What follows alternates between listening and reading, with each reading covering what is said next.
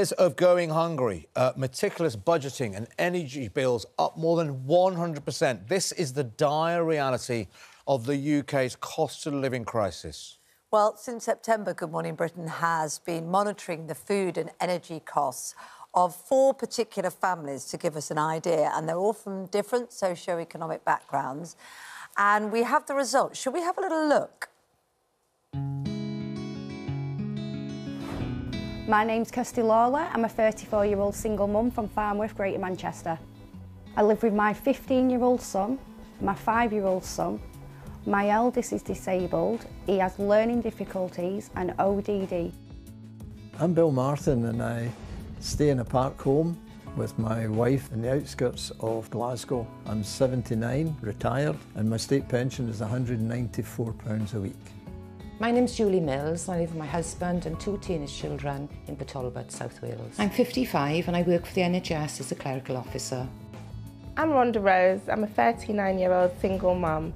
I live with my 10-year-old son in Watford. I work as a domestic violence consultant. Before Christmas, I was volunteering for a different charity, but I've had to go back to work. For the past 5 months, I've been speaking with Good Morning Britain and providing my monthly outgoings. There's been a big rise in my energy bill. I'm quite shocked and alarmed to see that it's risen by 119% per month since September last year. The biggest cost for us is our gas and electric. It's gone up by £367.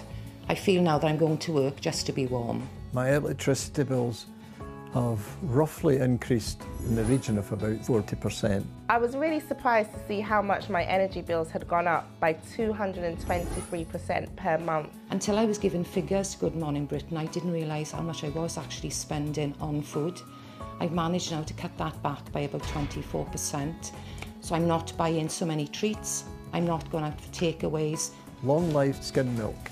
When I bought it September time, it was costing me 67 pence. It's now 95p. Simple things like mustard, just a small jar was 43 pence. Now it's 76. I just can't understand it. Having a dog or a pet of any sort is expensive. It's not a luxury to pensioners. Sometimes that is their only companion. Petrol has become so expensive. My credit card debt has gone up by £4,500. That's paying for fuel. I've had to cut back on other areas. So before September last year, I was able to take my son to the play area once a week. Since September and ongoing, I've had to put a stop to that now.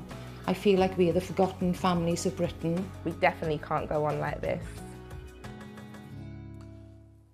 Well, joining us now is single mum Kirsty Lawler, who featured in that story, as well as Deputy CEO of Money Buddies, Salim Shafi. Kirsty, come to you first. First of all, thank you so much for taking part in that video coming in now. I know that must be difficult to do, but I think your stories are important. I think there'll be a lot of people at home who will be in very similar situations, and it's important that you shine a light on this.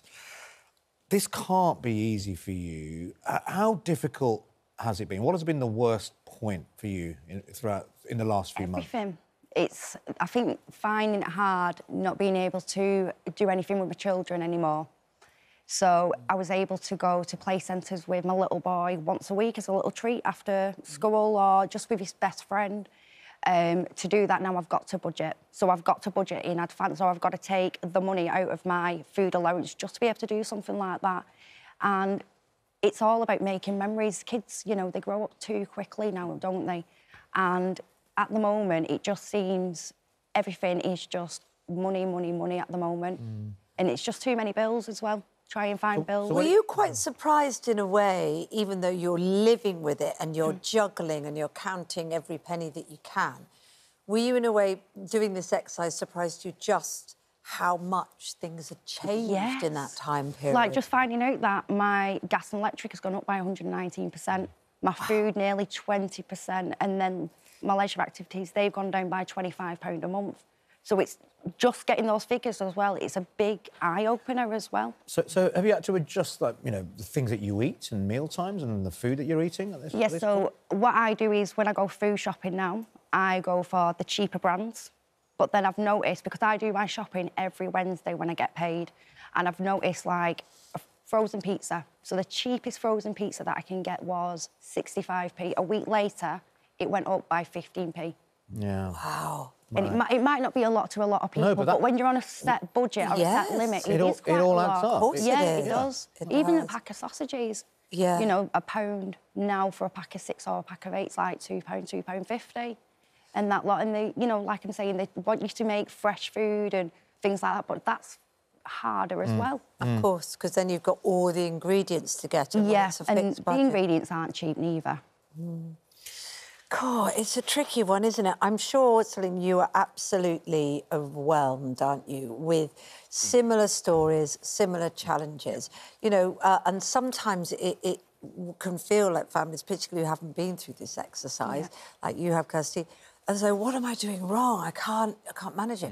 Yeah. They're not doing anything wrong, are they? No, they're not doing anything wrong. I think the important thing to say here is that this recession, we might not be in a technical recession, but it's felt like a recession for 13 years.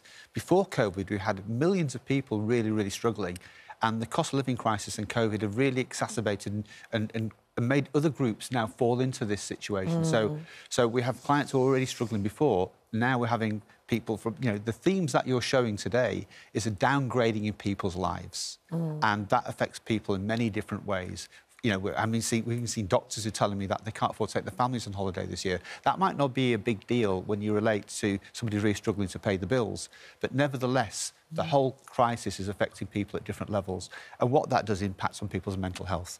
And when that impacts on people's mental health, that impacts on their productivity and their ability to want to live their lives well. And what we're seeing is an increase in the number of people who are telling us they feel suicidal. We've had clients come to us, and we've had clients even in interviews have started to self-harm themselves because of the difficulties they're in. The stories that you're sharing today are typical now of what we're seeing across the country. It's becoming the norm, and that's such a sad state of affairs. There's a sense of guilt, isn't there? And I know you're great because you really want to consciously teach your children and also not go to food banks because you think there are others more deserving. Yeah, definitely. But on the other hand, the need is there. I'd rather struggle. So if it comes to 1 week I didn't have any money for food, I'd rather go and ask one of my family members. Because, like I said before, I'd rather somebody in dire need use a food bank than myself. Whereas others might look at you and say, it sounds like you're in dire need, so we're all feeling it. What do you think the government should do?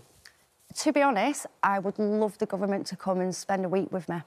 So I'd like anyone from the government just to come and live in my house, even just for a few days or just for a full week, and see the struggles of what we go through, of as soon as we get one income, that's going back out, and then by the end of 2 days later, we've got nothing left.